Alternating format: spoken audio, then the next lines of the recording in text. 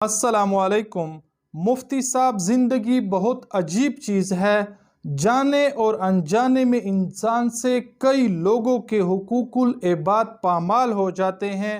اور حقوق العباد میں حق تلفیاں ہو جاتی ہیں۔ تو ایسی صورتحال میں کیا کیا جائے اور کیا حکم ہے؟ جواب: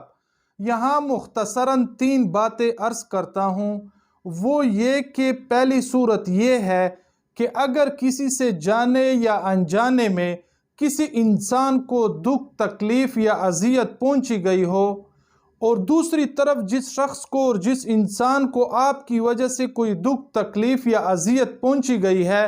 وہ شخص آپ کو مل بھی نہیں رہا، تو ایسی صورتحال میں آپ 3 بار سورہ اخلاص پڑھ کر اللہ پاک سے یہ دعا کریں کہ یا اللہ،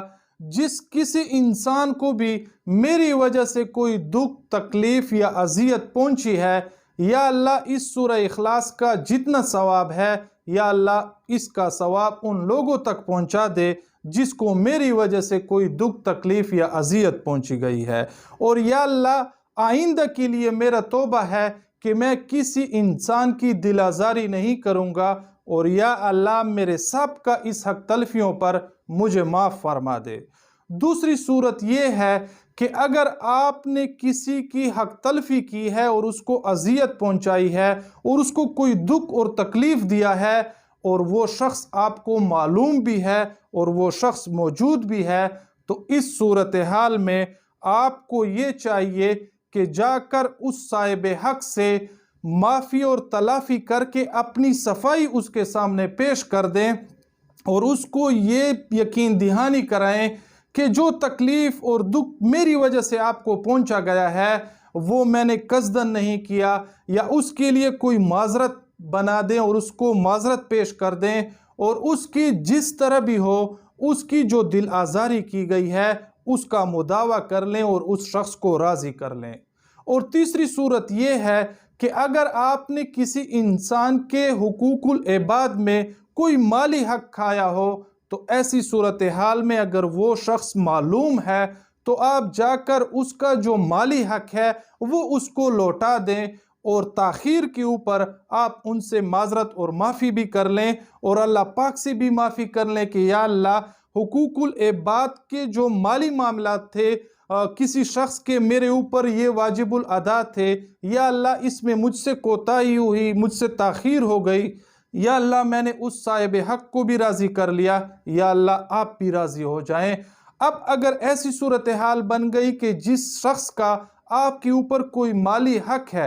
اور وہ شخص فوت ہو گیا ہے، تو اب اس کے ورثاء کے پاس جا کر اس کا وہ مال اس کو واپس لوٹا دیں، اور اس مردہ شخص کے لیے جس کا آپ کی ذمہ مال تھا اور مالی حق تھا، اس کے حق میں دعا کریں۔ اور تیسری صورت یہ ہے کہ اگر آپ کے اوپر کسی کا مالی حق بقایا رہ گیا ہے اور وہ شخص جو ہے وہ اب مل بھی نہیں رہا، یا وہ فوت ہو گیا ہے، یا اس تک آپ پہنچ نہیں سکتے، تو ایسی صورتحال میں اس شخص کے لیے بھی آپ 3 بار سورہ اخلاص اول اور آخر درود شریف پڑھ کر اس شخص کو ایصال ثواب کر دیں۔ اگر وہ زندہ ہوگا تو بھی اس کے اعمال نامہ میں اس کے لیے محفوظ کر لیا جائے گا، اور اللہ پاک اس سورہ اخلاص اور درود شریف کا جو ثواب ہے کامل وہ اللہ پاک اس شخص تک پہنچا دے گا، اور مرنے کے بعد بھی اس کو فائدہ پہنچائے گا۔ اب جو اس کا مالی حق آپ کے اوپر ہے اور وہ شخص فوت ہو گیا ہے یا وہ آپ کو مل نہیں رہا، تو اس شخص کی طرف سے اور اس شخص کی جانب سے آپ وہی مال جو ہے وہ غرباء اور مساکین اور بیواؤں اور محتاجوں اور معذوروں میں وہ خیرات کر دیں اور تقسیم کر دیں، اور نیت یہ کر لیں کہ اس صاحب حق کو اس کا جو ثواب ہے اس خیرات کا اور صدقے کا وہ پہنچ جائے۔ دراصل جو انسان سے جانے اور انجانے میں جتنی بھی کوتاہیاں ہو جاتی ہیں اور کسی انسان کی دل آزاریاں ہو جاتی ہیں، تو یہ اس کا جو ہے یہ اس کا مداوع ہے، اور یہ مختصراً میں نے آپ حضرات کے سامنے عرض کر دیا۔ دراصل میں جس انسان کے ساتھ بھی کوئی ظلم کیا گیا ہوگا، تو باری تعالیٰ جو یوم قیامت کے دن وَنَزَعُ الْمَوَازِينَ الْقِسْطَ لِيَوْمِ الْقِيَامَةِ، باری تعالیٰ جب انصاف کے ترازو قائم کریں گے، تو ہر صاحب حق کو